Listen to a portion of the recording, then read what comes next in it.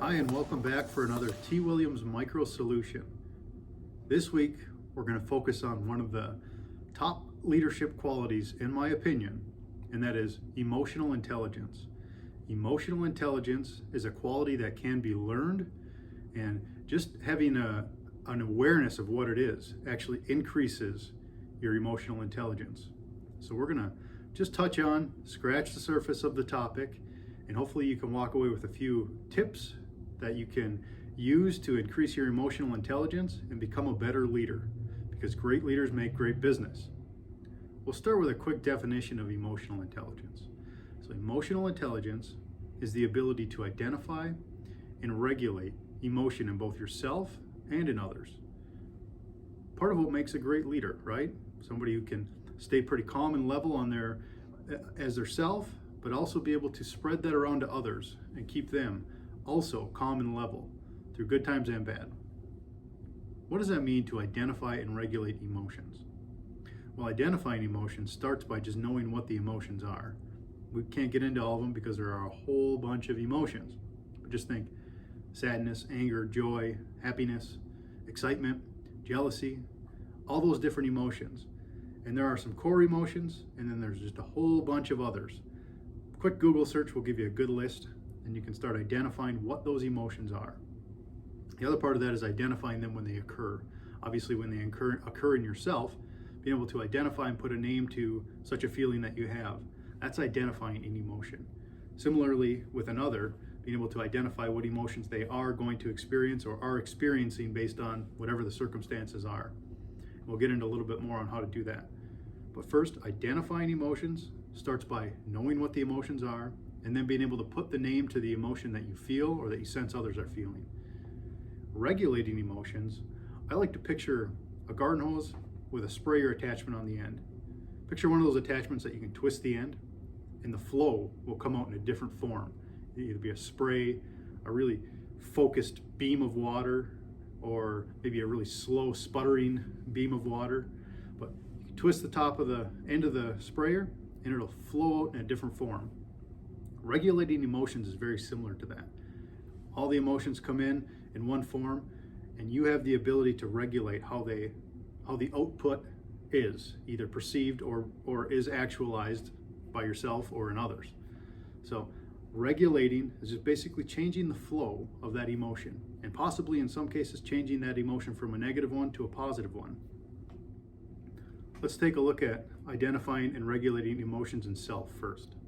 And you do that, and you get better at that by practicing something called self-awareness. And that is, just as you feel something, identify what emotion that is that you're feeling, why you're feeling that, and knowing yourself a little bit. For example, let's say you're riding down the road and you see somebody pull up in a really, really nice car. And you look at it and you feel something towards them and towards that car. And you identify it as maybe a little bit of jealousy. Okay? So I'm feeling jealous that they're driving such a nice car. Identified. You identified the emotion you're feeling. Or rather than just brush that off to the side, learn how to regulate that emotion. You could either look at it and become very envious and very hateful and think, get really mad that you don't have that car and just go on with your day, anger and just this high intense energy of negativity. Or you can look at it and say, all right, yeah, I'm feeling a little jealous of that car. What can I do to make this a positive outcome? Well, maybe I could set a goal and get that car if that's what I really, really want. Maybe in the process you'll find that you don't want it that bad and the jealousy will go away either way. But if you do it correctly, you'll turn that jealousy into excitement and anticipation for future, because you'll have set forth some steps to get that car. From jealous to excited. That's regulation. That's regulating. So you've identified jealousy and you've regulated and turned it into something positive, excitement. That's emotional intelligence, self-awareness, identifying and regulating emotions in self. The other side of this is being able to identify and regulate the emotion of others. Seems a little more difficult, right? Well, it is. But through something called empathy, it can be done. And empathy is just the ability to, essentially put yourself in somebody else's shoes and feel the emotion that they're feeling. And through practice, you can do that just, by putting yourself in their position and, kind of running through some simulations of how they may feel, how you would feel, and then knowing that person, how they may perceive and feel things. And in the workplace, it's usually accompanied by some sort of news or change or something that's being requested.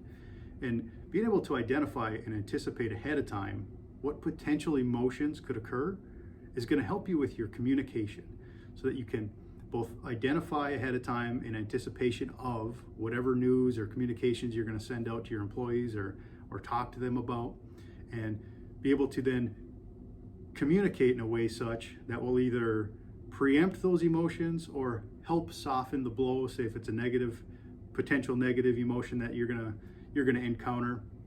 And again, it's the same thing, being able to say, okay, this is probably gonna make them feel a little bit angry, maybe, that I'm asking them to take on an extra task or do more work for the same amount of money. It might make them feel, a certain way. So how can I adjust my communication to them so that it may make that a little bit lesser on the negative side?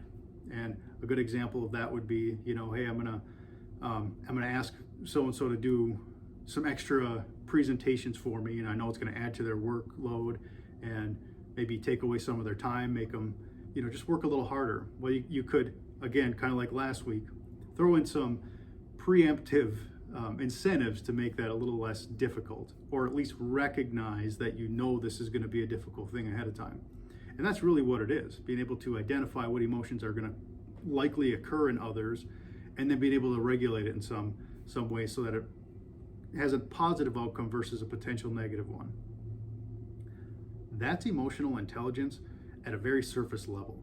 Again, the ability to identify and regulate emotions in both yourself and in others. And you can practice this. You can practice this right now, and you will find, just by being aware of the fact that this exists, you're going to become more emotionally intelligent, and you're going to feel better because you're going to be able to turn some of your emotions that would potentially be negative into a more positive emotion, and you're going to be able to do that with others as well. So this is something that's very helpful in the workplace, a great leadership quality, and I wish you well on your journey to a more emotionally intelligent self. Thank you for watching this week's Micro Solution. Remember, you're in control, so take it. We'll see you next week.